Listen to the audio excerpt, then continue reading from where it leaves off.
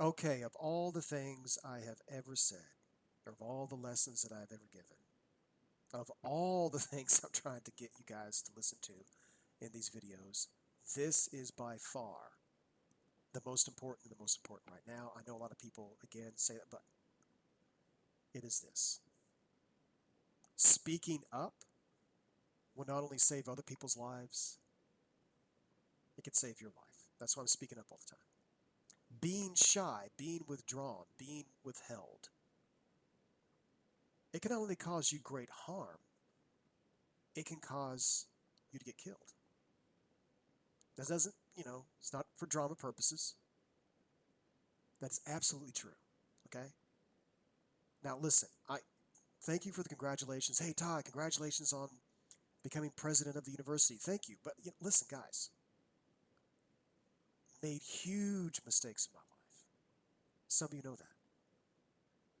I'm not here because I have a lack of mistakes. I'm here because of my mistakes. Okay, I've made these mistakes, got to make up for it, got to do these things that are right. And I've made these mistakes over and over and over again. Let me share with you what I've seen and observed from observation alone. I get a phone call from somebody. Todd, I have some bad news. Why? What happened? I knew I shouldn't give this guy money. I knew something told me he was kind of a shyster. I knew that, and I did anyway. I didn't speak up. Lost tens of thousands of dollars. Todd, yes. Oh, I knew I shouldn't have gone out with this guy or shouldn't have gone out with this girl. I knew that I shouldn't have done this favor. And even worse than that, Todd, I was walking to my car. I could sense somebody was kind of close to me. I didn't want to be rude. I didn't want to scream for help and embarrass myself. I didn't want to rush into the car and, look like, I'm being, I didn't, that little, you don't want to embarrass yourself. You don't want to come across as rude. Didn't work out. Person got attacked. Acting, speaking up. Any martial arts class worth its weight in salt says trust that instinct. If you feel like something's wrong, you feel like you need to act, do something. Okay? That's not only in terms of fight and flight, which is important, it's also in terms of speaking up. Now, look at this. Talked about this before. Dennis Quaid. Very quickly, some of you heard this before, but just very quickly.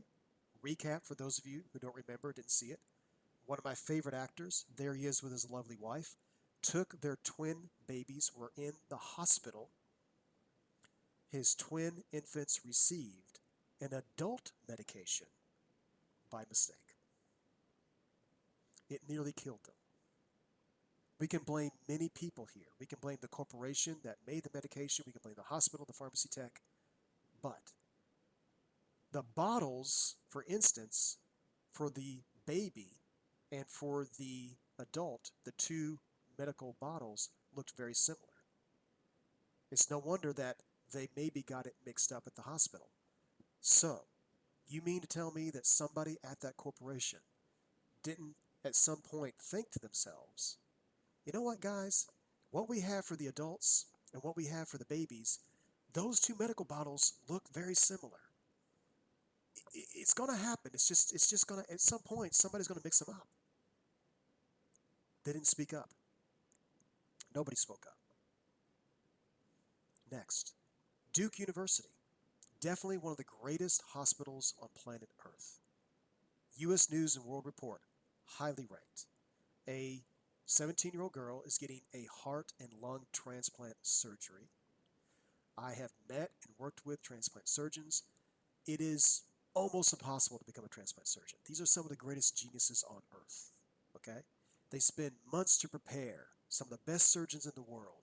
They're going to make this surgery right. It's going to work out. Everything's good, right? Well, she passed away. Why? Why do you think? Because the surgery was too complex? Because, they almost had it and they just, couldn't quite pull it off? Because electricity went off in the building? No. Wrong blood type. What? Todd, that can't be true. No. No way. That doesn't make any sense. That's always the reaction I get when I tell the story. It's not like they're even refuting it. The surgeons admit this on camera. How could this happen with all these geniuses? I'm not throwing these medical doctors under the bus, or Duke University, or the nurses. Doctors and nurses, they are angels on earth. They are wonderful people. But somewhere along the way, somebody didn't speak up. The doctors themselves admitted, well, I thought so-and-so checked the blood type. I thought it was taken care of. I just, everybody had the same reaction. Well, I thought this was, they were dealing with such a complex thing, and we get so much stuff in our head that we forget about the basics. We forget, maybe I should have said something. If just someone would have said, guys, I think maybe we need to double check this. That's all they need to say. This is not anecdotal. Oh, Todd, that just happens once in a great while. No. 250,000 to 400,000 people die a year from medical mistakes. Again, not throwing anybody under the bus. It's just about not speaking up. Okay? By the way, this comes from Johns Hopkins University and Journal of Health Affairs. So even if it's on the low end, not speaking up, not saying something, okay? Not only in hospitals, but in life. Okay. A food plant, Tyson, is reopening. Okay. It's open for business. There were 1,400 workers, 730 tested positive for the coronavirus. It's reopening. We can debate all day long whether they should reopen or should not. To anybody out there who's about to go back to work or is working or what have you, please listen to this, okay? For anybody, please listen to this. Don't be shy.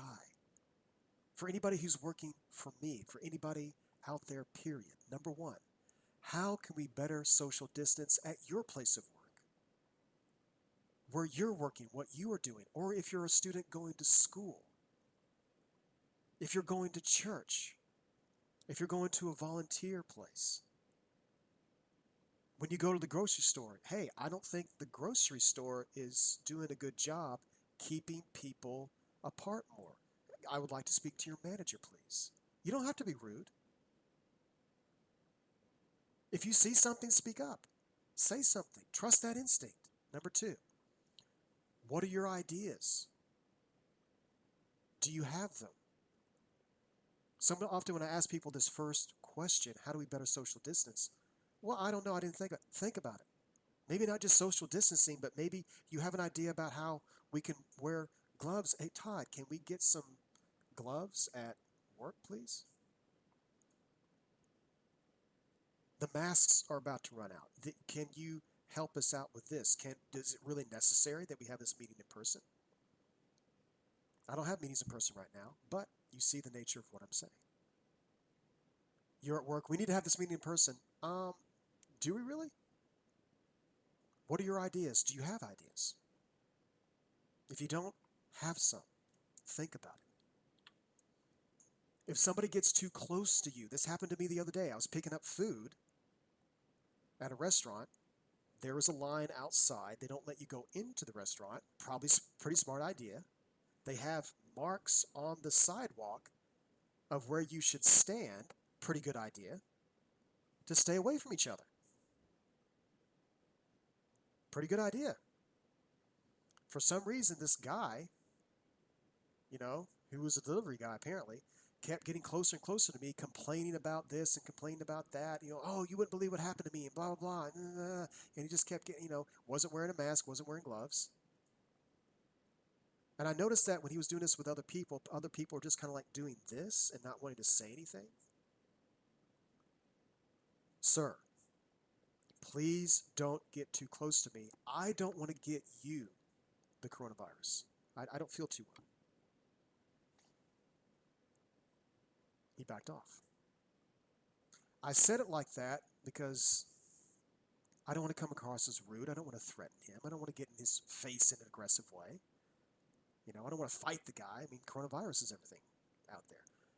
I said it in that way because that may be a way to, oh, okay, he's thinking about me. He's thinking about my welfare. And he started to calm down. There are ways to communicate things to people. But what are your ideas, whether it's work, church, what have you? Okay? Last words. This is Evan Handler. He's an excellent actor. He was on the show Sex and the City. He struggled with leukemia, in and out of hospitals for years. He wrote a book about it, did a off-Broadway show about it. And he's all about, you know what? You can't afford to be shy. You got to speak up. Again, doctors, nurses, hospitals, angels on earth. Having said that, he had to spend so much time in hospitals that he had to learn about his own rights as a person. And regardless of whether you're going to be in a hospital or not, and I hope none of you ever do need to be, but speaking up. This is a quote from him, okay? There he is with Kristen Davis. But this is what Evan Handler had to say. Don't be cowed into silence by uniforms or vague references to procedure. It's possible to be courteous without being meek. Bring an advocate with you. Make noise. Get over the fear of being regarded as demanding. Ask for what you want 100% of the time. Be willing to hear no. Be willing to negotiate. It sounds simple, but asking for what you want is difficult to do. It may be difficult, folks. You may have that inclination to have a shy, polite personality. But you can speak up and still be respectful. But not speaking up at this time, in this moment, it's not an option. Speak up. Stay safe, guys. Talk to you soon.